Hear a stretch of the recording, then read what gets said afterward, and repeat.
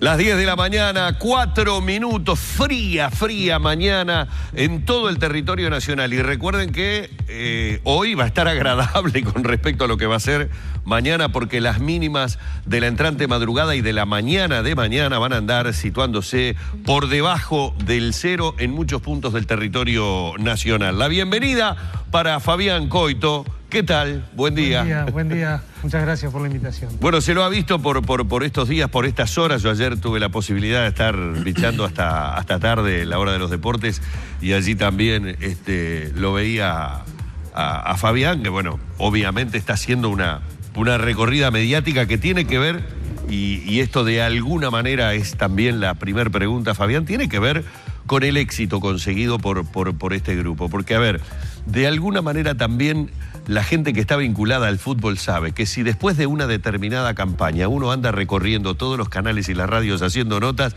es porque la cosa anduvo bien. Si la delegación vuelve calladita, vio como y después no hay notas, no hay nada, es porque lamentablemente en esa no se anduvo bien. Hay me parece una unanimidad en recoger los frutos de un trabajo que lleva muchísimo tiempo en el caso del técnico de la Sub-20, ¿no? Sí, puede ser, con respecto a la primera parte de lo que me decías, y sí, puede ser una forma de calificar un poco cómo fue la campaña, la intención de, bueno, volcarla a través de los medios con la gente y compartirla lo que fue la experiencia. Y es un trabajo de mucho tiempo porque yo estoy hace 10 años, pero aparte todo esto tiene un comienzo, ¿no? Claro. Que ha sido el proyecto de trabajo de selecciones nacionales, la intención de trabajar de determinada manera, buscando determinados objetivos. Y bueno, el paso del tiempo, a los entrenadores que estamos ahí hace años, nos ha ido haciendo crecer, madurar, tomar mejores decisiones. Y eso se ve muchas veces en situaciones como esta, donde la cosa ha salido bien. Uno tiende siempre a hablar de la experiencia de los chiquilines, ¿no? Que van adquiriendo experiencia, que se van fogueando. Pero el entrenador también, claro. Lo ha dicho en más de una oportunidad el propio maestro Tavares. El entrenador, a medida que van sucediéndose los campeonatos y las instancias de este tipo, instancias internacionales, va adquiriendo otra endurance también, ¿no? Y por supuesto, aparte, para mí los campeonatos se van repitiendo, para los chiquilines van cambiando ellos, claro. Porque van creciendo y se van yendo de estas categorías. Pero claro. Para mí voy repitiendo, por lo tanto, frente a la misma situación tengo la experiencia de haberla vivido y bueno, y está en cada uno saber si la elección fue mejor, si la decisión es mejor. Por eso es importante la sucesión de eventos de este tipo. Me acuerdo cuando conversamos antes de la partida al Mundial, allá en el Estadio Centenario, una actividad que se hizo del programa Pelota Media de la Esperanza, con los chiquilines del liceo, del Rincón del Cerro, que habían también en esa instancia, estaba previsto que participaran algunos futbolistas de la Sub-20. Hablábamos un poco de los objetivos que llevaban rumbo al Mundial de Corea, y me decías que como campeones de la categoría en el sudamericano, estaban viajando con la mirada puesta en figurar en los mejores lugares, los mejores planos, y con la incertidumbre, entre comillas, de saber a quién se enfrentaba, sobre todo en el grupo, porque si bien se tenía información, hoy en día estamos globalizados, uno sabe quiénes son las selecciones que van a estar enfrentando. En el caso de avanzar está la incertidumbre de las otras selecciones que uno se debe cruzar, y que después del grupo era el partido a partido. Y sí. ¿Qué se traen, Fabián, después de esa situación?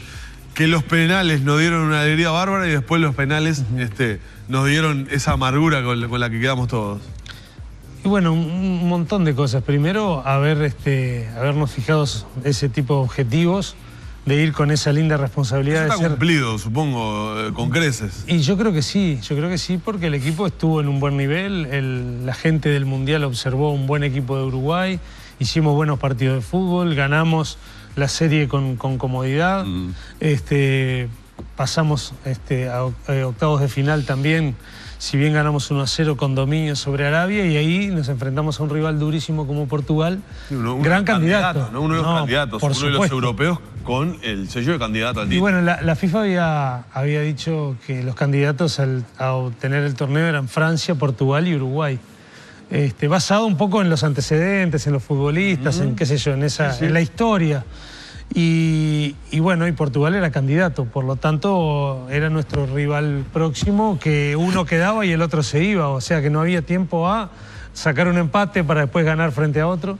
Y fue una linda experiencia también, como tuvimos que remontar ese partido. Creo que un motivo de crecimiento grande para el futbolista jugar un partido de esa naturaleza, de esa dificultad. Y bueno, hasta que después nos enfrentamos a la situación donde, bueno, ya estábamos entre los mejores del Mundial y otra vez nos vimos enfrentados al tema de los penales, cuando había un partido que parecía que ya lo teníamos ganado prácticamente. Nos empatan sobre la hora, lo cual genera un envión anímico para Venezuela, un cierto momento... A los chiquilines en lo anímico, ¿no? Y por supuesto, es un golpe en el momento, ¿no? Pero después de unos primeros minutos en el alargue nos repusimos y el alargue fue parejo y tuvimos muchas posibilidades de ganarlo sobre el final, con algunos tiros libres de Federico y con alguna chance de Agustín Canovio, hasta que fuimos a los penales, y en los penales no es a suerte, pero es un resultado difícil de explicar para un entrenador. Tiene mucho de psicológico los penales, y yo creo que sí, por supuesto. Es un lindo tema para investigar. Y no nos ha ido bien. Yo miraba estadísticas del querido Pato Basorelli, que manejaba hace pocos días sobre el tema a nivel de clubes y selecciones, y la verdad no es a suerte y verdad, ¿no? O sea, si uno ve, a los uruguayos nos ha costado mucho la definición. Nos ha costado mucho. Es una situación de repente en la cual el futbolista se enfrenta que nos ha sido desfavorable. Tal vez una cosa que deben trabajar los entrenadores de juveniles, ya para ir con desde chiquilines, digamos... Sí, ¿por qué no? Claro que sí. Es que para eso están los torneos. Yo creo que los torneos son como esos grandes eventos donde, bueno, aparte de mirarlo como hincha y querer que el equipo gane y alabar un gol y criticar una jugada o un cambio, lo que fuera, para los entrenadores es un momento de evaluación, sobre todo a niveles juveniles, donde los chiquilines juegan acá, casi todos, la gran mayoría, o han sido formados por los entrenadores que estamos acá, y ver qué pasa con esos que nosotros formamos a nivel internacional. Entre otras cosas, por ejemplo, las definiciones a penales, que son un momento imposible de reproducir en la semana. ¿Es eso? Porque hay situaciones donde... Pero algo tiene que haber que lo podamos mejorar e ir con mejores posibilidades a una definición a penales. Fabián, hay cosas que llegan para quedarse. Evidentemente, que estemos hablando de los penales habla de algo que se viene dando mucho en el fútbol internacional, que es la enorme paridad de los equipos que después de los 90 y después del alargue no se superan. Por eso llegamos a la instancia de los penales, que uno termina considerando relativamente injusta, porque se dirime por otro tipo de situaciones que de repente en el juego uno dice... Aquella pelota que pegó en el travesaño, el dominio que se tuvo, cosa que le sucedió a Uruguay en muchos partidos, uno sentía que ejercía un dominio, pero que no lo terminaba de cristalizar en el resultado, y en el fútbol mandan los resultados. Esas cosas que llegan para quedarse, como este tipo de definiciones por penales, como esa enorme paridad que se trasunta en el hecho de que a Uruguay en la cancha no le ganó nadie. Es decir, eso es algo que me parece no menor, como no me parecían menores los números que en defensa iba obteniendo Uruguay a medida que iban pasando los partidos.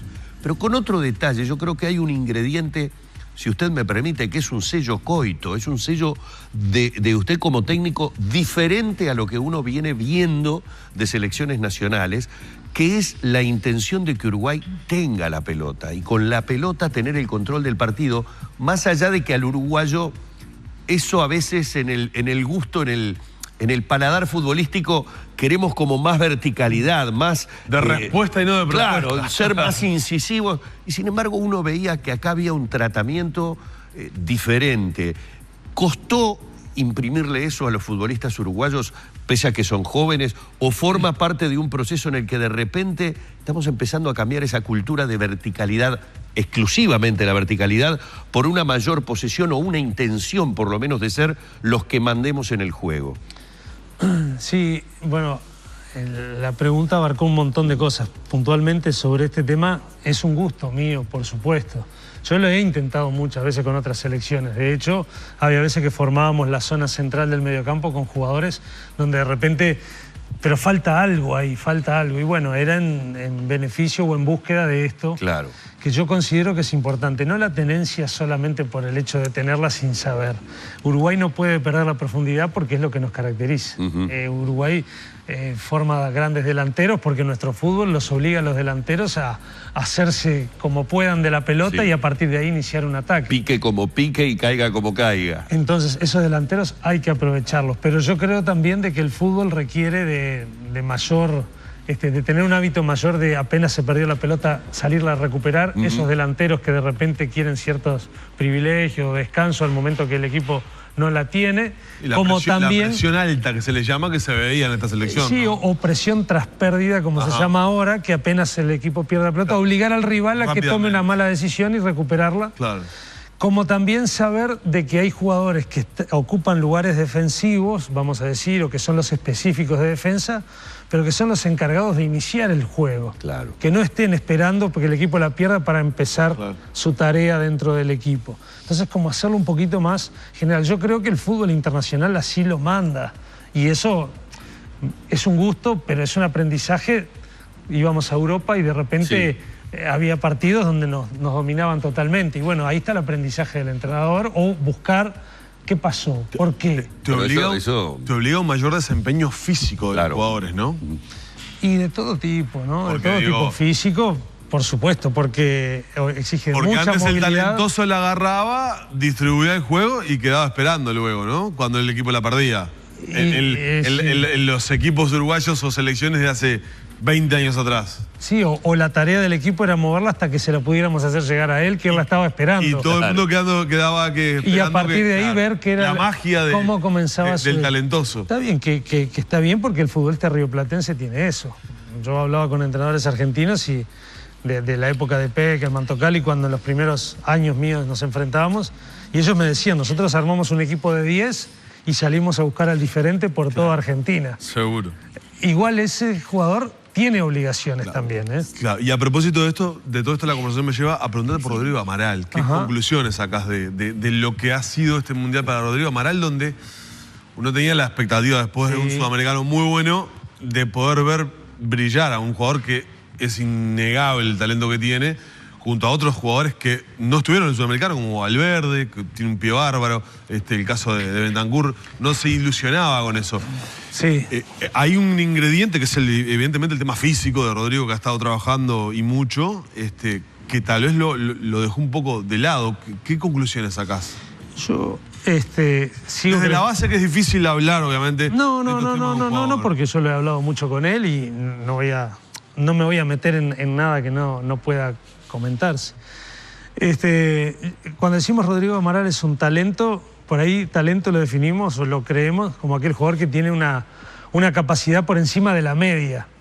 Y en algunos aspectos la tiene muy por encima de la media. Su pegada a la pelota, como su capacidad para hacer pases en la última zona donde no hay espacios, diríamos que Rodrigo está entre los mejores jugadores que han pasado por la selección. Pero el fútbol es mucho más que eso. Obliga a una movilidad, a una preparación, y que ahí es donde Rodrigo me parece a mí que tiene que prepararse mejor.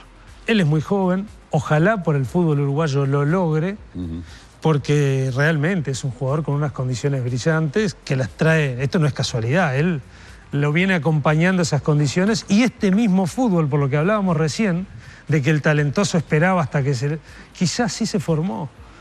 Y él debe darse cuenta que el fútbol internacional o el lugar donde él va a querer acceder como futbolista de élite exige un montón de responsabilidades, por lo cual hay que prepararse. Y esa preparación es de todo punto de vista, de lo actitudinal, de lo físico, cumplir un rol táctico también. Y para cumplir un rol táctico en un fútbol donde las jugadas no son como acá, que duran 15 segundos, 20 segundos. Nosotros preparábamos cortes de rivales y había jugadas que demoraban 2 minutos, la pelota no se iba afuera, y en 2 minutos había que estar ir y venir, ir y venir, ir y venir. Y bueno, y hay que prepararse, si no, lo que yo no hago en un equipo lo tiene que hacer otro. Por lo tanto, a otro lo estoy exigiendo a que haga más de lo que le corresponde. Y eso no es justo. Fabián, tenemos que ir cerrando la nota. Obviamente hay una pregunta que todos nos realizamos. Es la del final, ¿no? Claro, Uruguay ha tenido una tradición de excelentes profesionales trabajando a nivel de juveniles. Uno recuerda la maravillosa época de Bentancor Gesto, la época de Púa. todos querríamos, creo, hay una suerte de consenso en la afición deportiva, que este trabajo de Fabián Coito continuara. Más uno que ha tenido la posibilidad de conocerlo a nivel de canchas estudiantiles y escolares y ve el trabajo que en todos los aspectos realiza Fabián Coito. Esta matriz que tiene Fabián en el trabajo lo lleva a cada una de las canchas en donde nos hemos cruzado. ¿Qué pasa con el futuro? Y bueno, cada vez que terminan este tipo de torneos, los contratos con la asociación, para mí y para todos los entrenadores, terminan. Bien. Por lo tanto, será momento de comenzar a hablar para el futuro. En la parte, diríamos, de gestión, con el maestro, que es el encargado de llevar adelante este proyecto de trabajo y quien me ha invitado a mí a participar y a quien le estoy agradecido por haberme considerado y haberme mantenido. Momentos buenos, es fácil, pero otros momentos también él me ha apoyado y me ha mantenido. Y ver qué piensa él para adelante de las selecciones y bueno, y después hablar con la gente de la AUF. De mi parte, el vínculo contractual se rompió, pero el vínculo con la AUF dura, porque yo hace 10 años que estoy, no voy a decir que el vínculo se rompe porque se terminó el contrato. ¿Vos estás con ganas de Sí, seguir? por supuesto. ¿Cómo no? Aparte, yo creo que también he crecido mucho, pero hay mucha cosa por aprender a los efectos de volcar al fútbol juvenil o al fútbol nuestro. ¿Era mayor? Y por qué no, pero me parece que falta mucho, me parece que como entrenador es una expectativa, claro, que un día todos aspiramos a lo mejor. Hay grandes profesionales, hay grandes entrenadores uruguayos y te repito, me parece que falta mucho para eso también, como para que hoy se pueda empezar a manejar posibilidades después de que el entrenador actual de la selección nacional decida no continuar. Pero es bueno tener el respaldo de Tavares si está trabajando con su financiado con Tavares para eventualmente en el futuro. En ese aspecto no lo sé. En mi trabajo actual es muy importante tener la compañía y el apoyo del maestro. Bien, Fabián. Muchísimas gracias, Fabián, un placer realmente. Bueno, así hemos estado con Fabián Coito, charlando un poco a propósito de lo que ha sido esta exitosa participación una vez más de la selección sub-20 en el Mundial.